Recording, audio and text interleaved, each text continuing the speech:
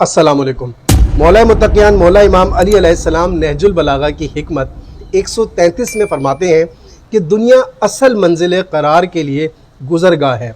यहाँ दो किस्म के लोग हैं, एक वो जो अपने नफ्स को बेचकर हलाक कर देते हैं और एक वो जो नफ्स को ख़रीद कर आज़ाद कर देते हैं। मौला के इस फरमान में तीन बातों को समझना बहुत ज़रूरी है, एक नफ्स, दूसरा नफ्स का हलाक होना और तीसरा नफ्स का आज़ाद होना। नफ्स को ही समझना बहुत मुश्किल है, मुख्तलिफ़ मकामात पर इसके मुख्तलिफ़ मानी होते हैं। मैं कोशिश करूँगा कि यहाँ पर आसान उर्दू आसान लफ्ज़ों में इसे आप तक पहुँचाने की कोशिश करूँ। इंसान की जो मर्ज़ी होती है, जो वो करना चाहता है, वो उसका नफ्स होता है। मिसाल के तौर पे इंसान जब अपनी मर्ज़ी चलाता है, अपनी ख्वाहिशात पूरी करना चाहता है, किसी का ताबे नहीं रहता, किसी की कोई बात नहीं मानता, अपनी चलाता है, ये उसका नफ्स होता है कि वो जो करना चाहता है वो करता है। ऐसे में अपनी ख्वाहिशात को पूरा करने के लिए वो क्या करता है कि अल्लाह ताला की मर्ज़ी को रद्द कर देता है। वो उसकी बात सुनता ही नहीं है, उसको गौर व फिक्र करता ही नहीं है, उस पर अमल करता ही नहीं है।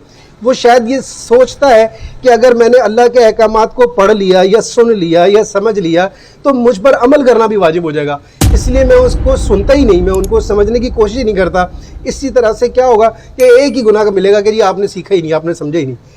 इस वजह से वो इन चीज़ों को ना सुनता है, ना सीखता है, ना समझता। और आजकल के दौर में तो वो सोशल मीडिया पे बहुत आसान है कि ऐसा कोई भी, चाहे वो कुरानी आयात हो या कोई अहादीस हो या कोई भी ऐसे फरमान हो, उसको इस किस्म के लोग देखते ही स्किप कर देते हैं कि इसमें तो सिर्फ अल्लाह रसूल की बातें हमें सब पता है, हमें इन चीज़ों को अब सीखने की ज़रूरत नहीं है, क्योंकि सीख लेंगे, समझ लेंगे, अमल भी करना पड़ेगा। तो वो ऐसे फ़रार हासिल करते हैं, नहीं समझना चाहते और ना ही उस पर अमल करते हैं। तो ऐसे लोगों ने क्या किया कि अपने नफ्स को बेच दिया और खुदा की मर्ज़ी की परवाह नहीं की और ख्वाहिशात को ख़रीद लिया। इस तरह से उन्होंने ख्वाहिशात को ख़रीद के क्या किया, वो ख्वाहिशात बढ़ती चली जाएंगी और उसके नफ्स के इर्द गिर्द एक रस्सी की तरह से उसको जकड़ लेंगी। अब ये ख्वाहिशात बढ़ती जाएंगी, रस्सी की पकड़ जकड़ बढ़ती चली जाएगी और एक वक्त आएगा कि उसका वो नफ्स मर जाएगा, घुट जाएगा, हलाक हो जाएगा और सिर्फ ख्वाहिशात ही ख्वाहिशात रह जाएंगी। ये तो नफ्स की हलाकत हुई। अब ये नफ्स की आज़ादी क्या है?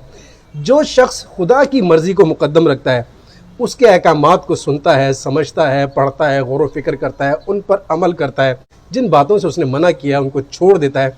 अब इस शख्स ने अल्लाह की मर्ज़ी ले ली है, अपने नफ्स को उसने अल्लाह की मर्ज़ी से बदल लिया है।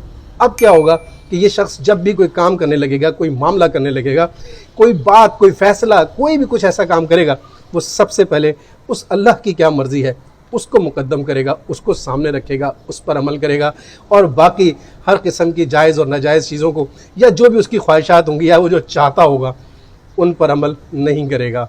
इस तरीके से वो अपने ख्वाहिशात से जान छुड़ा लेगा और अल्लाह की मर्ज़ी को पालेगा और इस तरह से उसका नफ्स आज़ाद हो जाएगा। अब उसे दुनिया की किसी चीज़ की ज़रूरत नहीं। ये उसकी नफ्स की आज़ादी उसे शहंशाह बना देगी, उसे आज़ाद कर देगी ख्वाहिशात से। शुक्रिया।